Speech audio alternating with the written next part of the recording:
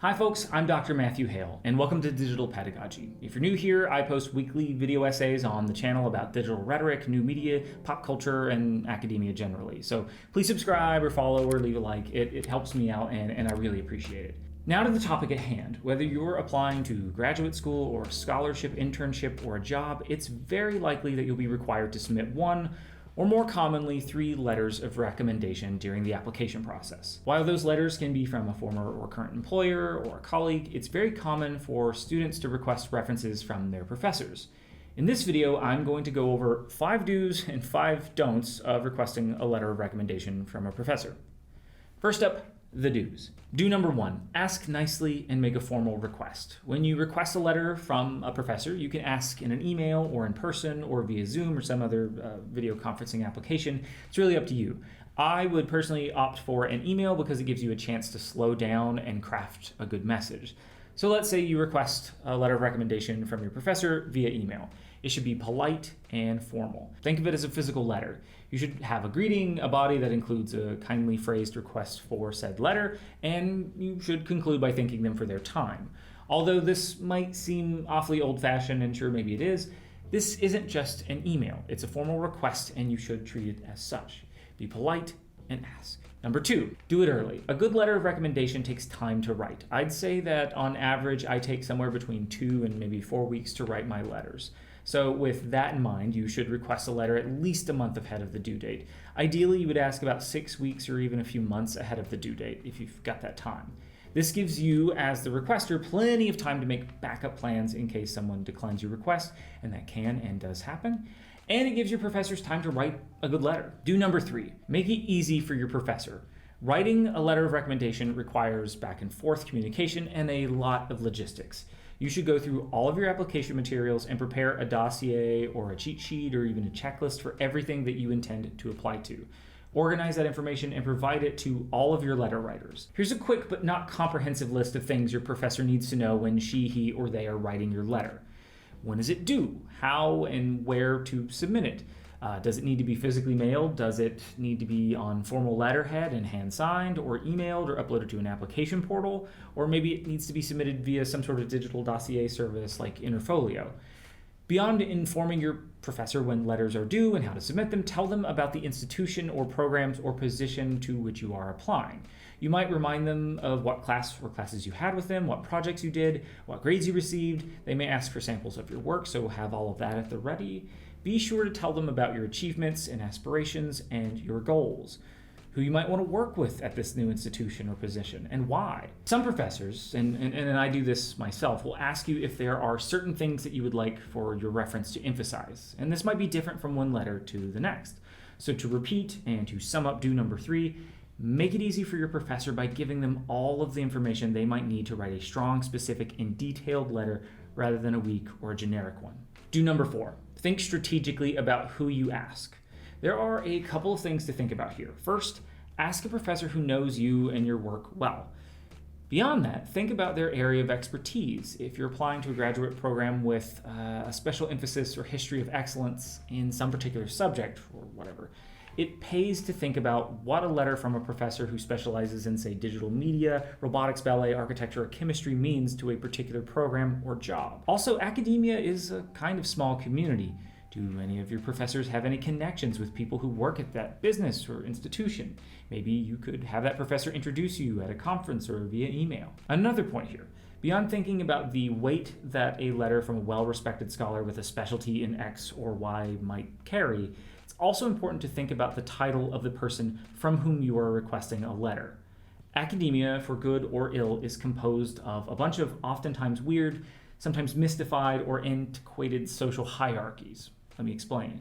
I'm a tenure-track assistant professor. Theoretically, a letter from me might carry more weight because of that title than, say, a letter written by your graduate teaching assistant.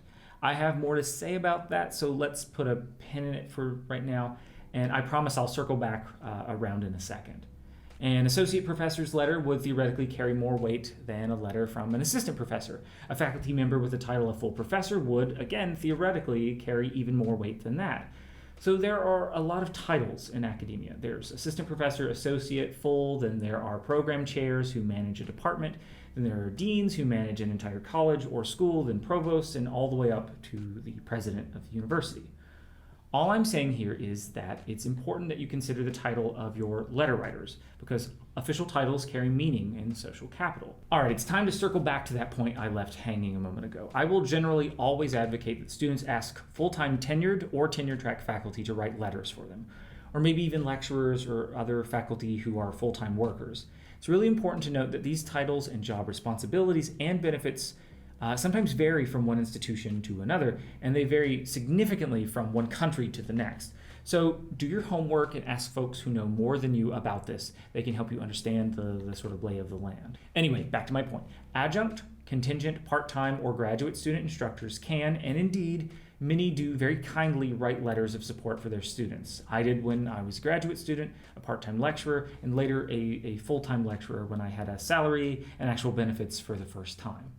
Not starving is rad, and I also can afford to have teeth. These educators and researchers are already overworked with huge teaching responsibilities, and they are almost always underpaid for the incredible work that they do. So, when you ask them to write a letter for you, just keep in mind that this is labor that will go uncompensated, at least not monetarily or in terms of promotion, for the most part. I say all this because you might not know this. I was the first person in my family to go to college. I didn't know the difference between an assistant professor and a full professor. I just thought everyone who taught was a professor, and I assumed they all were well compensated for their work, because I was working class, first-gen student, and professors wore collared shirts, sports coats, fancy shawls, and sometimes even suits. I didn't know nothing at all about the behind-the-scenes life of academics as intellectuals, educators, or workers. You might be in a similar position, and hopefully this video and some of my future videos will help out in that regard. I've said a lot on do number 4, so let me just reiterate the point. Think strategically about who you ask to write a letter for you. Number 5, this one's easy but important. Don't forget to keep your reference updated and to write her, him, or them a thank you letter. It only takes a few minutes, but it means a lot. Writing letters takes a lot of time and energy. It's a lot like writing a cover letter for a job application, and like so many job applications that you send off into the digital ether of an application portal and you never hear anything back, it's nice to at least get a follow-up, and a thank you goes a long way. All right, so that does it for the do's. Now let's talk about what you shouldn't do. I'll try to keep these more brief. Don't number 1, don't assume. Don't assume any professor that you've had a class with will be willing to write a letter for you. They might not be willing, or they might not be able to. Also, don't assume they know all about you, your achievements and your goals. So in short, just don't assume. Don't number 2, do not wait until the last minute. If you do this, it's not going to go well. Don't number 3, try not to take it personal if a potential reference writer declines your request. It will sting. It might be embarrassing. The professor in question might be rude. They might not reply to your request at all. It really doesn't feel great. I once asked a faculty member to be on my dissertation committee. They told me that they would love to, but they just had way too many students to work with. And then about 15 minutes later, during a break in a grad seminar that I was in, I overheard one of my friends in my class ask the same professor if they would be willing to join their dissertation committee. The professor was like, hell yeah, I would love to. There are a lot of reasons why a faculty member will reject your request. It might be that they don't remember you, it might be that they're not interested in your project, or it might be that you were a terrible student. It might also just be that they don't have time because they're already pulled too thin by about a million other obligations. Don't number 4, do not forget to have a backup plan or 2. Sometimes letter writers fall through. It's a good idea to have a few extra willing references on standby in case you need them in the last minute. Don't number 5, don't expect to see or review the letter. Oftentimes, I might even say traditionally, letters of recommendation are kept confidential. That means that you as the applicant won't have access to those materials. Sometimes application portals will ask you to waive your right to see your letters of recommendation. This means that you're agreeing to keep the letters confidential. So if you opt to see the letters, just know that this might make some of your letter writers uncomfortable or even unwilling to write a letter for you. I've personally had a few students look at my notes that I've gathered together, or even a draft of the letter that I've been working on for them, so that I could sort of double check facts and dates and biographical information, that sort of thing. Finally, a bonus tip of sorts. I'm leaving this as a potential do or do not. It really depends.